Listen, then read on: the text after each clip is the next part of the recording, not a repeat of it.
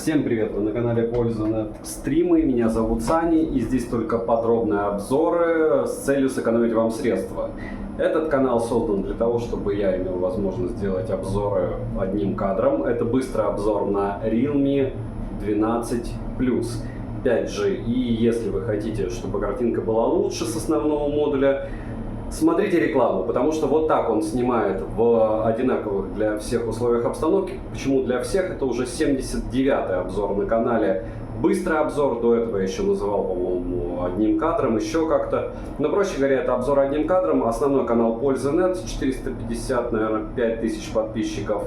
И там у меня уже больше 4 сотен обзоров на смартфоны. После 3, получается, сотен обзоров я решил, что мне дополнительными обзорами нужно заниматься вот таким образом. Это брать штатив, кто не в курсе, жесткий, без стабилизатора. Савадикап. И рассказывать о смартфоне, то, что я узнал в режиме онлайна. Ну, для вас это не онлайн, для вас это запись. Но, во всяком случае, одним кадром, без склеек, без каких-то там покрасок. Некоторые блогеры, напоминаю, каждый обзор красят. Обзоры, это что значит? Это они записывают обзор на смартфон и потом накидывают туда луты, цвета, еще что-то. Выравнивают баланс белого для того, чтобы вам больше нравилось. Я этого не делаю, в этом и смысл этого обзора одним кадром. И плюс вы будете видеть, как снимает конкретно этот смартфон в одинаковых условиях для еще, получается, 78 смартов, которые вы можете посмотреть на канале. Плюс-минус одинаковые, потому что иногда я выбираюсь в другие локации, но чаще всего хожу именно здесь. Лифт самое неприятное, уходящее солнце, уходящее закат и, разумеется, еще и шум потом морюшка услышите. Правильнее сказать, залива водички. Что попрошу заранее? Заранее написать комментарий больше 5 слов, написать «Саня, продолжай», чтобы до сотки мы хотя бы довели, а дальше я уже подумал, продолжать ли подобный контент. Обзор на этот смартфон уже был, Realme 12 Pro 5G. Прожарка уже была, напоминаю структуру. Прожарка — это когда я гоняю его в играх и в тестах в онлайне. Мы это уже делали на канале Польза Стримы. И на канале Польза.нет, первая ссылка в описании, так же как и на прожарку. Полноценный обзор. В полноценном обзоре можете посмотреть распаковку, примеры видео, сравнение с A35 Samsung, которому он слил по полной программе. Опять же, во всем по мне по съемке. Но, с другой стороны, Samsung A35 в те же деньги купить довольно сложно. А этот девайс на распродаже был 19 тысяч рублей и 21 был в варианте 12 512. Сейчас уже сейл сегодня кончился, но 2 сейла еще будет на Алишке в этом месяце. Поэтому благополучным образом, я думаю, что кто захочет, сможет приобрести. Хейтить Realme не вижу никакого смысла. Я на нем контента делаю очень много. Спасибо им, что они создают разные устройства. И Realme 6SE у меня на руках. Вот это я делаю зум. Максимум у него разрешение съемки 4К 30 FPS. Специально его полностью зарядил. Но с ним происходит сейчас какая-то лютейшая беда. Если я правильно понимаю, у него пропадание кадров просто мракобесное. Если он хотя бы что-то записывает сейчас, это очень хорошо. А это к чему? Это к тому, что здесь Dimensity процессор на 600 тысяч баллов. И вот так, если вы захотите чуть-чуть дольше, чем 2 минуты записывать видео, он будет у вас подлагивать. Специально, повторяюсь, смартфон заряжен полностью. Если говорить про комплект, давайте расскажу чуть-чуть о железке, собственно. Комплект, как всегда, хороший, быстрая зарядка, притом она почему-то очень странно быстрая, потому что заряжается он у меня до сотки все равно упорно за час. Хотя должен делать это намного-намного быстрее. Чехол, который не обязателен. Почему? Потому что в чехле смарт сразу начинает выглядеть убого, а большинство людей будет его покупать из-за эко-кожи, которая довольно классно выглядит. И в обзоре я рассказывал про то, что у меня много друзей, кто видит это чудо друзей женского пола, женщин, девушек, они спрашивают, что это за бренд, но в то же время никто свои айфоны менять его на него не хочет, притом даже старые, там какие-нибудь 6-й, 7-й, все хотят оставаться на яблоках, но дизайн этот им реально нравится, и поверхность нравится, но мы же знаем, да, поверхность из эко-кожи, которая конкретно в моей модели придет в негодность примерно через месяца 3. И смарт будет довольно сложно продавать, если кто-то решит его продавать. И нужно будет носить его не в прозрачном чехле, хотя в нем он довольно убого выглядит, а в непрозрачном, потому что эко-коже придет полная беда при любом раскладе. Здесь есть минимальная защита от влаги IP54, но про комплект опять же запомнили, что зарядка есть, чехол есть и все волшебно. Гибридный слот под сим-карту или карту памяти, то есть две симки, либо сим-карту и карту памяти. Мини-джек есть, а вот экран инфракрасника не завезли. И для тех, кто использует смартфон как пульт от телевизора, от кондиционера, либо иногда катает в какие-нибудь там великие ужасные отели, и там с пультом что-то происходит, а у меня такое было. Это, кстати, Turbo 3 я гонял пока. Вот, обязательно помним, что здесь инфракрасника нет.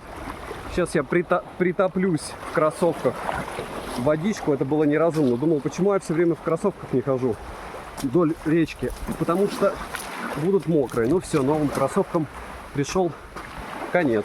Ладно, постираю. И вот сейчас я покажу, где я хожу. Ну, вообще, чуть жуткое пропадание кадров. Я не вижу здесь 30 FPS. Максимум 4К 30 FPS на основной модуль. Разумеется, есть ультраширик. Разумеется, есть фронталка. О них лучше не говорить. Там 1080p. Если говорить про его возможности с точки зрения экрана. Экран волшебный, дает 2000 люксов в пике. 2000 нет яркости у него. 2100 даже иногда. И 900 с копейками люксов в максималке. Но вот эта волшебность экрана, почти 400 ppi у него плотность, по факту у него 394, но это все равно хорошая плотность. Она нивелируется, ладно, уничтожается по-другому, может кто-то не поймет, тем, что у тебя тач очень плохо работает. То есть смарт довольно быстро перегревается, это раз, и тач начинает плохо работать. И два, с тачем беда в том, что когда ты благополучным образом берешь и включаешь этот великий ужасный смартфон, 5 секунд, для игр, то смарт начинает нагреваться, тач выпадает. На металлические предметы экран как-то странно реагирует, его начинает колбасить.